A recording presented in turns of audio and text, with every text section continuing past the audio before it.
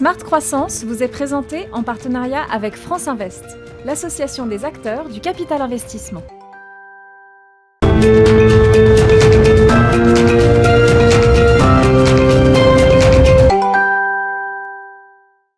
Bonjour à tous, bienvenue dans Smart Croissance, votre rendez-vous consacré au capital investissement. Et aujourd'hui, je vous propose de faire un petit tour d'horizon des dernières tendances des fonds d'investissement, puisqu'on a eu les chiffres de 2021. Et il est intéressant de voir dans quelle mesure les fonds ont accompagné la reprise. Pour en parler, Claire Chabrier, bonjour. Bonjour Aurélie. Vous êtes la présidente de France Invest. À vos côtés, Cécile Mayer-Lévy, bonjour. Bonjour. Directeur de l'activité dette privée de Tikehau Capital. Et Vincent Lévita, bonjour. Bonjour.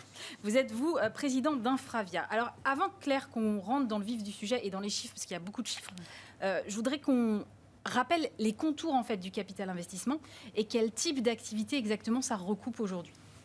D'accord. Donc, le capital investissement, ou en tout cas l'ensemble des métiers qui sont regroupés au sein de France Invest, notre rôle finalement, c'est de collecter l'épargne des particuliers et des investisseurs institutionnels et de faire le pont pour l'investir dans des entreprises et des projets d'infrastructure. Donc, on est vraiment une courroie de transmission entre l'épargne, l'investissement et les entreprises. Donc France Invest, on regroupe 400 adhérents, 400 sociétés de gestion qui représentent 3 métiers. Ouais. Le capital investissement, l'infrastructure et la dette privée. Et donc, c'est à travers ces 3 métiers, on accompagne à la fois des startups, des PME, des ETI et aussi des projets d'infrastructure. Et une de nos caractéristiques, c'est d'accompagner dans un temps long. On est des investisseurs de long terme, puisqu'en général, on accompagne les projets d'entreprise sur des périodes de 5 à 7 ans, voire même plus longtemps pour l'infrastructure. Donc c'est vraiment accompagner des projets de développement et de croissance d'entrepreneurs. C'est l'ADN du capital investissement et de ces métiers qui sont regroupés au sein de France Invest. Et ça nous donne aussi, tous ensemble, en fait, on accompagne plus de 9000 entreprises, dont 7400 en France. Et donc, ça nous donne une vision aussi extrêmement large sur des métiers, sur des tailles d'entreprises. 2021, ça a été une année importante pour nous parce que ça a été la meilleure année en termes de levée de fonds et d'investissement. Collectivement, ces 3 métiers, on a levé 50 milliards d'euros et on a aussi investi au cours de l'année 50 milliards d'euros. Donc, c'est une année record en termes de montant levé et montant investi. On va aller sur les chiffres, mais comment vous expliquez un tel dynamisme? Parce que vous dites qu'on n'a jamais levé et ni investi autant.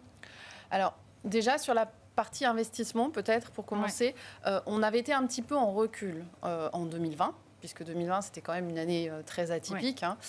Donc, on avait un léger recul en termes d'investissement. Là, je vais juste vous parler du capital investissement et de l'infrastructure. On fait 36% de croissance en montant investi par rapport entre à 2019. Oui, je compare plus par rapport à 2019 parce que c'est plus normatif. Voilà. Donc, c'est plus comparable. Donc, c'est une belle croissance.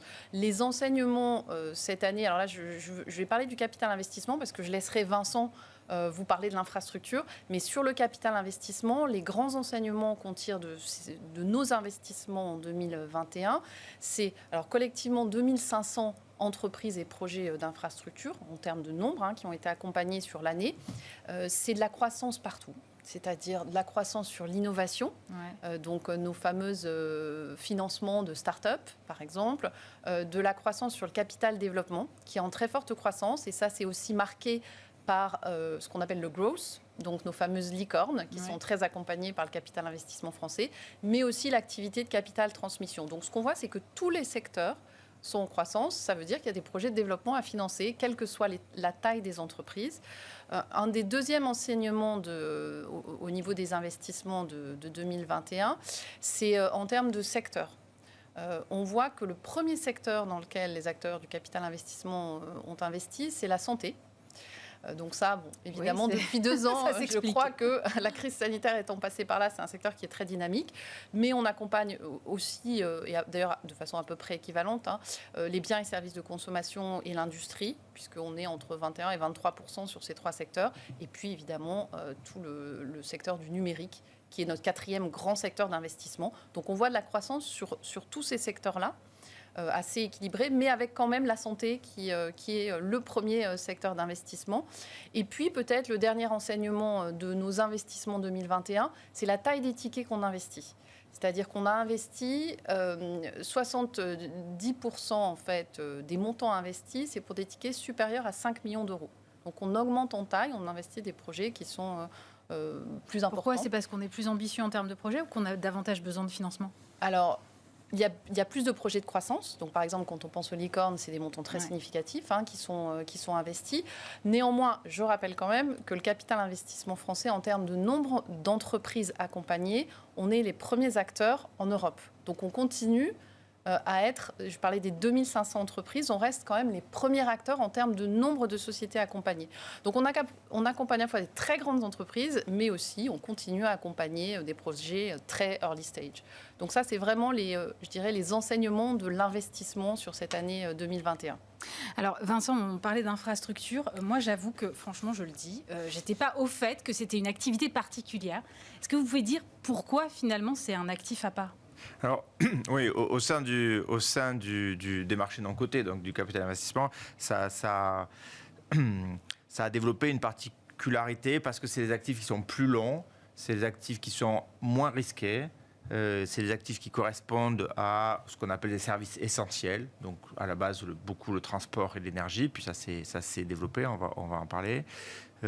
Et c'est des actifs aussi qui, d'un point de vue financier, donnent leur performance à travers un rendement courant et à travers une plus-value finale. Donc un petit peu comme l'immobilier. Un rendement en fait. Courant alors ? C'est un loyer qui tombe tous les ans. Donc finalement, c'est un petit peu... ça a les caractéristiques du capital investissement classique et un petit peu les caractéristiques de l'immobilier. Mais surtout en termes de profil de risque, en termes de type d'actifs et en termes de durée, ça avait des caractéristiques particulières. Donc du coup, c'est devenu au sein du capital investissement un segment qui reste une niche, mais la niche grossit significativement particulière. Pourquoi ça attire aujourd'hui davantage qu'il y a 5 ou 6 ans, par exemple ? Il y a plein de raisons. La raison court terme, j'allais dire, ou circonstancielle de 2021, c'est que c'est des actifs qui ont particulièrement bien résisté à la crise du Covid. Donc nous, ça fait 15 ans qu'on dit que c'est des actifs qui sont moins risqués, moins volatiles. Là, on a eu un exemple en réel, en fait, parce que ça correspond à ce qu'on appelle des services essentiels. Donc le transport, l'énergie, les télécoms, et même la santé, l'éducation, si on élargit la définition, c'est des choses qui sont beaucoup moins cycliques, beaucoup moins soumis au Covid, beaucoup moins soumis au PIB. La deuxième raison, c'est aussi parce que c'est des actifs qui donnent une couverture contre l'inflation. Et puis la troisième raison, je pense, c'est parce qu'on retrouve beaucoup de convergence avec les enjeux ESG au sens large, en fait. C'est des actifs qui répondent à des besoins sur le développement durable, sur le digital et sur le social d'une manière générale. Donc ces trois facteurs ont fait que ça a beaucoup cru dans l'absolu et en relatif. L'autre classe d'actifs qui commence à atteindre une certaine maturité aussi, c'est Cécile, la dette privée. C'est une alternative en fait à la dette bancaire. Est-ce qu'on est en train d'atteindre un certain rythme de croisière, là, vous pensez, Cécile ? Oui, en effet, la dette privée, juste pour situer, c'est une classe d'actifs vraiment maintenant à part entière qui regroupe en fait toutes les solutions de financement qui vont être proposées par des fonds de dette en fait, qui sont à l'instar des fonds de private equity ou des fonds d'infrastructure, vont pouvoir proposer aux entreprises la dette en fait, de façon basique.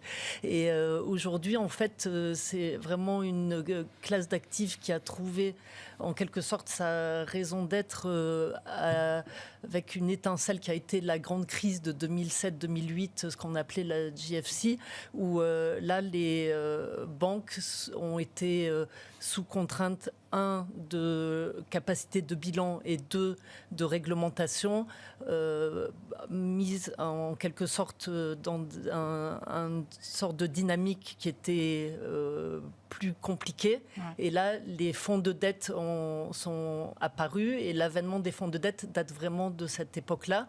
Et ce qui a permis, en 2 mots, en fait, aujourd'hui, d'avoir des solutions qui sont très agile, rapide, facile pour accompagner en fait les fonds d'investissement. Donc en fait, c'est vraiment une classe d'actifs qui a trouvé son essor grâce au fait qu'il y avait des besoins en capitaux et qu'on a transposé en quelque sorte la même façon de fonctionner pour la partie dette. Aujourd'hui, juste pour situer, pour donner des ordres de grandeur au niveau alors mondial, c'est des sommes qui paraissent un peu astronomiques, mais on parle aujourd'hui, en 2021, à peu près de 1 trilliard de dollars. On estime que ça devrait atteindre 2,7 trilliards en 2026. Donc pour donner une perspective, il y a effectivement une sorte de, comme vous dites, vitesse de croisière qui s'est instaurée, mais avec une dynamique extrêmement positive qui repose sur le fait qu'il y a, comme l'a dit Claire, de plus en plus d'opérations. Et aujourd'hui, en fait, la dette privée, en quelque sorte, c'est devenu le troisième pilier de ces actifs dits alternatifs privés où on peut déployer et accompagner les sociétés de façon très, avec ce mode de partenariat rapproché. Qu'est-ce qui motive une entreprise qui veut faire de la dette privée aujourd'hui ? Alors, plusieurs facteurs aujourd'hui se sont mis en place, mais les grands mérites de cette façon d'opérer des fonds de dette, ça va être, on va souvent citer leur agilité, leur rapidité, leur fiabilité d'exécution. Et quand il y a un contexte qui est devenu relativement concurrentiel, même très concurrentiel au niveau de la partie capital investissement, d'avoir des solutions un peu prêt à l'emploi, un peu one-stop, où on peut faire appel à un partenaire dans la durée, ça a beaucoup de mérite. Et ensuite, sans être trop négatif, par un peu contraste avec les dynamiques bancaires aujourd'hui, on se retrouve dans un schéma où effectivement les fonds de dette vont être rapides et surtout le grand enjeu quand le business model des banques va être souvent d'arranger les opérations et ensuite de trouver à les syndiquer, de trouver donc des finalement investisseurs ultimes. Les fonds de dette sont directement ceux qui arrangent et qui gardent en quelque sorte cette dette et qui vont ensuite être donc dans la durée les partenaires des entreprises. Claire, c'est intéressant de voir que les trois piliers finalement accélèrent tous en même temps là. Comment est-ce que vous analysez ça ? Qu'est-ce que ça dit de notre économie ? Surtout que cette accélération elle n'est pas finie puisque vous avez parlé de montants levés qui seront investis dans les 5 ans à venir. Oui, c'est ça. Alors effectivement, parce que tout à l'heure on parlait des montants investis en 2021, mais en montant levé, on a investi donc ces trois métiers, on a levé 50 milliards d'euros. Donc ces 50 milliards vont être investis sur les 5, voire un peu plus longtemps, mais sur le temps à venir. Et d'ailleurs, on a été en croissance de levée aussi en 2021 sur tous ces métiers-là et dans le capital investissement sur tous les segments. Donc sur l'innovation pour financer les startups, mais aussi en très forte croissance sur le capital développement parce qu'on fait plus de x2. Par rapport à 2019.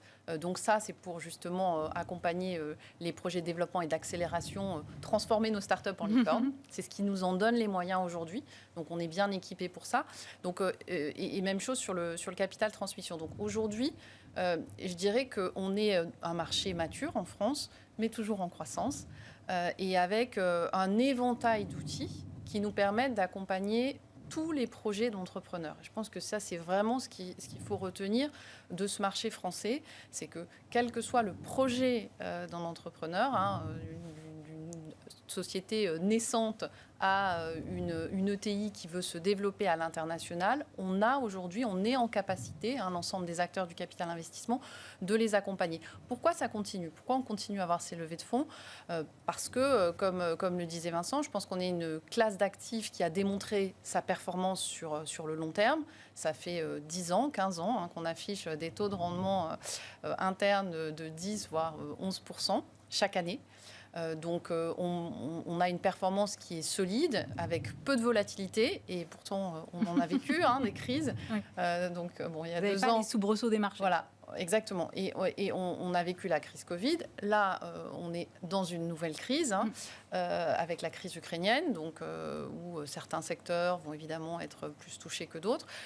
Mais je crois que ce qui fait la caractéristique de notre profession, ce qui fait qu'on arrive aussi à gérer cette performance, à générer cette performance dans le temps, c'est le travail d'accompagnement qu'on fait à côté des entrepreneurs. C'est pas on met de l'argent et puis on regarde ce qui se passe 5 ans ou 7 ans plus tard. C'est qu'en fait, aujourd'hui, on est vraiment là pour accompagner les entreprises dans leur croissance, certes, mais aussi dans leur transformation, que ce soit de la transformation digitale. Et on a vu que nos entreprises de portefeuille qui étaient plutôt bien digitalisées avaient bien résisté à la crise Covid, et puis bien sûr sur des enjeux et des accélérations qui ne s'arrêtent jamais. Je pense notamment à la transition environnementale, qui est un enjeu majeur pour les entreprises, quelle que soit leur taille, aujourd'hui et dans les années à venir. Et on est là aussi pour faire ce travail et cet accompagnement de transformation. Donc finalement, pour un entrepreneur aujourd'hui qui se retrouve face à ces accélérations, à ces différents challenges, on est bien, la profession et ces 3 métiers sont bien outillés pour pouvoir jouer ce rôle d'accompagnement et de création de valeur. Parce que ça, je pense que c'est important de le rappeler aussi.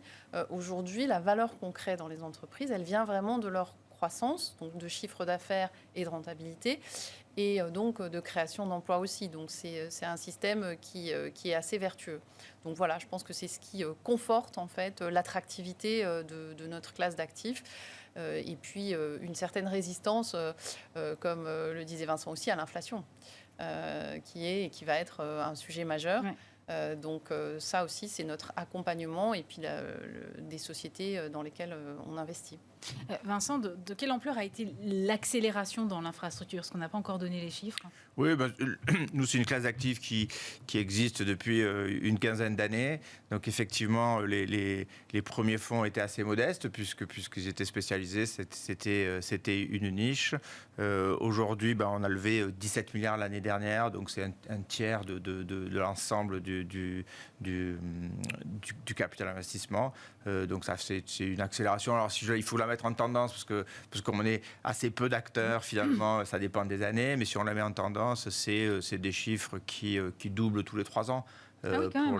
Pour les meilleurs fonds, c'est des chiffres qui doublent depuis 3 ans. Donc c'est ça à quoi ça correspond. Mais pour rebondir sur ce que disait Claire, je pense que l'attrait, il est vraiment des 2 côtés. C'est-à-dire que du côté des investisseurs, on va trouver un investissement qui est moins volatile, qui dans certains cas a plus de sens, qui est plus rentable, essentiellement d'ailleurs parce qu'il y a une gouvernance qui est mieux en place, mais aussi du côté des sociétés dans lesquelles on investit, on va trouver un partenaire qui est plus fiable, qui est plus au sens plus dans la durée, et qui fournit également un certain support.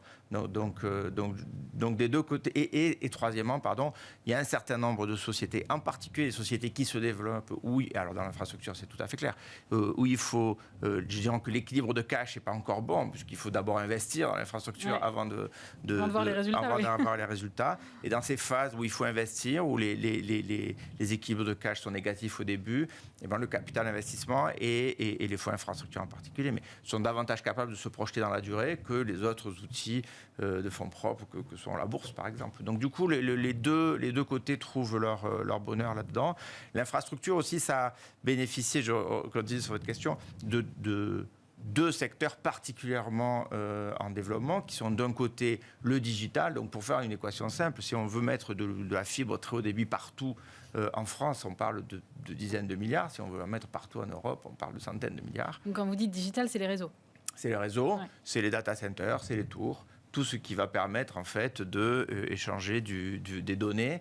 Bon, pareil, 2 ans de Covid, on s'est aperçu que c'était important de pouvoir changer des données. Bon, donc ça a été un facteur d'accélération au niveau des besoins. Deuxième facteur d'accélération, la transition énergétique qui requiert aussi des infrastructures de production de renouvelables, mais aussi de stockage, les batteries, l'hydrogène, les réseaux.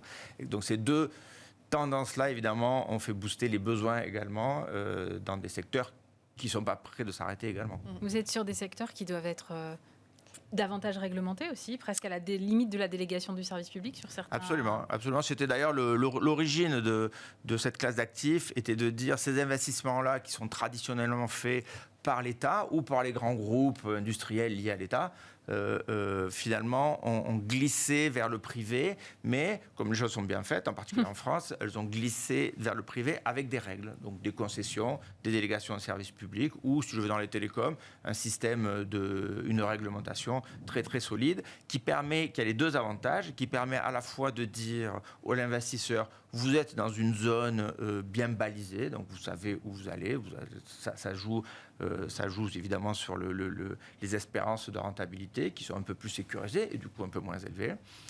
Mais ça joue aussi quand l'État décide de déléguer un monopole ou une rente de situation, il faut le réguler évidemment pour pas qu'il y ait d'abus. Ouais. Et donc c'est un de nos critères clés évidemment, c'est la qualité, la stabilité de la régulation qui opère dans tous ces secteurs. Cécile, est-ce qu'il y a eu là aussi chez vous en matière de dette privée des secteurs qui ont été plus dynamiques que d'autres ? Oui, absolument. Ça va rejoindre un peu les mêmes commentaires en fait que ce que Claire et Vincent viennent de partager de façon globale. Donc déjà, juste pour un peu insister, 2021 a été une année absolument record en termes de déploiement, d'investissement. Si on regroupe donc juste pour la partie en France des acteurs qui ont permis de trouver ces statistiques. On a aujourd'hui un montant de près de 15 milliards qui ont été investis au cours de l'année 21. Ah oui. Donc, pour répondre à votre question, inutile de vous dire que ça va être réparti sur beaucoup de secteurs d'activité. Mais en particulier, ce que l'on a vu, le Covid a été un excellent catalyseur en fait autour de certaines thématiques, notamment la santé. En 2020, c'était de loin le secteur qui avait trouvé le plus de projets à être financés en dette. Et ensuite, tous les domaines autour de la partie numérique, que ce soit des ESN, des sociétés de software, des consultants IT, etc. Donc tout ça, ça avait déjà trouvé une sorte d'accélération en 2020 qui a été amplifiée en 2021. Mais intéressant ensuite de noter qu'en 2021 également, il y a eu des projets qui avaient été délaissés plus autour des biens de consommation qui ont en 2021 aussi trouvé à se concrétiser. Donc c'est vraiment très varié et souvent en fait les projets aussi, ce qui a été assez emblématique de l'année 21, ce sont des projets qui ont été principalement orienté sur les transmissions d'entreprises, donc du financement d'acquisition quand une société change d'actionnaire, mais également, et donc ça c'est à peu près pour la moitié des projets qui ont été investis, mais une partie très significative, et ça a été un facteur x3 par rapport à 2020 de croissance externe. Ça c'est très important aussi d'insister sur la faculté d'accompagnement qu'on peut avoir pour, dans la durée, permettre à des entreprises, comme le disait Claire, de passer du mode PME à ETI et de devenir des sociétés tout à fait comme ça opérantes sur le plan non seulement national, mais aussi souvent international. Et avec le contexte de remontée des taux là qu'on voit se profiler, vous pensez que le dynamisme va rester le même ? Oui, alors là, c'est un peu, à la lumière un peu des fonds infrastructures, effectivement, toute la partie de la dette privée a ce grand avantage qui est d'être en général des dettes qui sont à taux, ce qu'on appelle flottants, donc avec des références Euribor, Sonia, Libor plus quelque chose. Donc normalement déjà les fluctuations de taux vont être reflétées. Ensuite, le point central de l'inflation, donc en tant qu'investisseur, on pense qu'il y aura cette sorte de protection et au contraire, il y a une appétence grandissante pour aller vers cette classe d'actifs parce qu'elle est justement protégée des potentielles hausses de taux. Ensuite, c'est une question plus global, c'est non seulement, c'est tous les facteurs qui pèsent sur les entreprises en ce moment, et sans faire d'une digression macroéconomique trop grande, c'est vrai que les facteurs inflationnistes, mais aussi de rupture de chaîne d'approvisionnement, de tension sur le marché du travail, ce sont tous ces facteurs mis bout à bout que les entreprises sont en train d'intégrer et que nous, investisseurs dits plus professionnels, on a à cœur de creuser, d'accompagner, d'alerter. Aussi, il y a un peu un rôle comme ça de guide quelque part des fonds d'investissement, des fonds de dette, parce qu'on a des portefeuilles extrêmement diversifiés où on peut voir des tendances de fonds et on peut être en quelque sorte un peu le transmetteur aux entreprises des problèmes avant qu'il n'arrive. Ou en tout cas, on peut essayer de faire en sorte que les équipes de management arrivent à anticiper davantage. Claire, Cécile parlait d'appétence en fait pour ces classes d'actifs. Est-ce que les particuliers qui maintenant peuvent investir en private equity s'emparent justement de ces outils qui sont à leur disposition aujourd'hui? Est-ce que vous sentez qu'une partie de ce dynamisme vient aussi de là ou pas encore? Ça commence. Ça commence et on l'a vu en 2021, mais pour toutes les raisons aussi que Cécile vient d'expliquer, c'est-à-dire ce qu'on fait concrètement dans les entreprises. Donc je pense que ce type d'investissement, c'est concret. Le capital investissement, c'est très concret, donc on comprend ce dans quoi on investit.